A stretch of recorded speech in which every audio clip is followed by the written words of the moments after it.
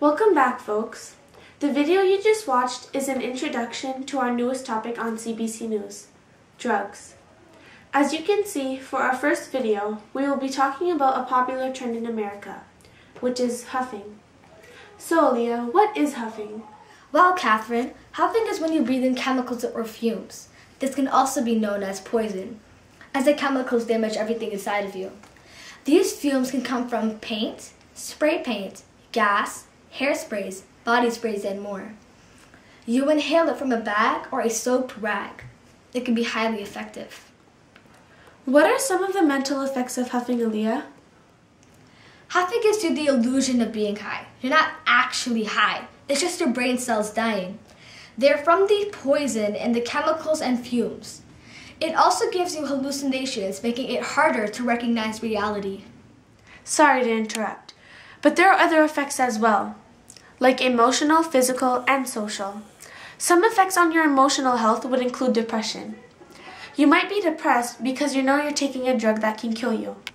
Sometimes you don't know what huffing can do to you. It brainwashes you with memory loss, so when you find out, you forget, making your death a surprise. What are some of the effects on a person's social health? This can go under emotional and social health effects. Sometimes you might get into a situation where your parents find out you're huffing. When this happens, your whole family can get into depression mode, knowing you're close to death, organ damage, or any other sickness. In addition, you can also lose friends. They might be worried you're going to ask them to huff with you. They may also be scared of you. And once people find out you started huffing, your reputation will be ruined, driving friends away from you. Therefore, you will be lonely. Can you name some effects according to physical health? You can suffer a high amount of nosebleeds and lose your sense of smell. It also causes nausea and automatic choking on it. You're all probably wondering why people choose to huff. Well, this drug is known as a starter drug. This is because the chemicals found in spray paints and bottles are easy to get a hold of. These cans are everywhere you go, whether it's oil in your garage or body spray in the bathroom. Also, huffing is very addictive once you've started. A very big reason is peer pressure. The user may also enjoy the feeling of getting high or to escape reality. And why don't people choose to huff? Because they know the consequences and negative effects huffing causes. Although, the viewers don't know how the inhalants travel through the body. To start us off, huffing is not a drug. Once the chemicals enter your body, it's an inhalant. Within seconds of the first sniff, fumes and poison from the chemicals of the sprays attack the brain and its cells. The chemicals lower the amount of oxygen and cells in your head. Immediately, the fumes will slow down how a person thinks, feels, and reacts to the environment.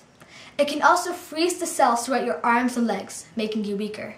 What you just mentioned goes with the long-term effects as well as your body.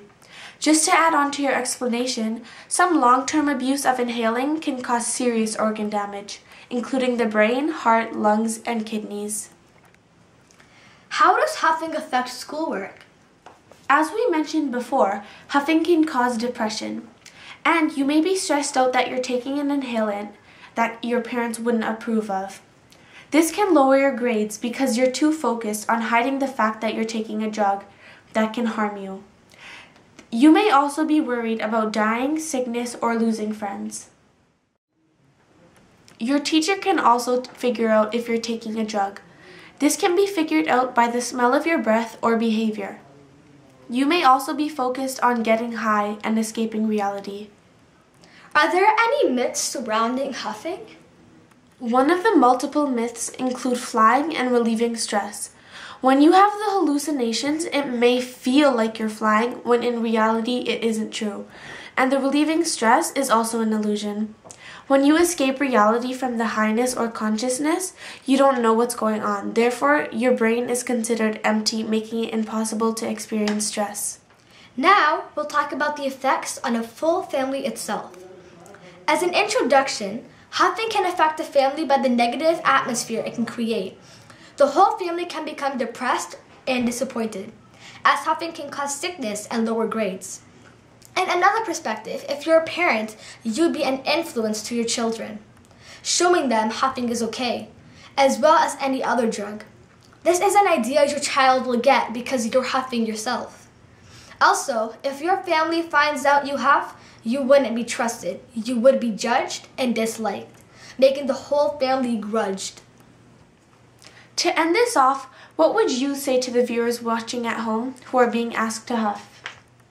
First of all, you shouldn't have to take any drugs at all, as it can cause death or injuries. To say no to a person asking you if you want to take a drug, politely say no, then walk away.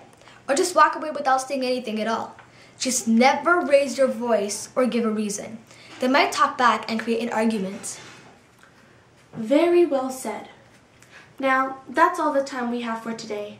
See you next time on Drugs Today with CBC News. I'm Catherine. And I'm Aaliyah. Next time, we'll be talking about marijuana and pot. Roger it out. Oh yeah. Yeah.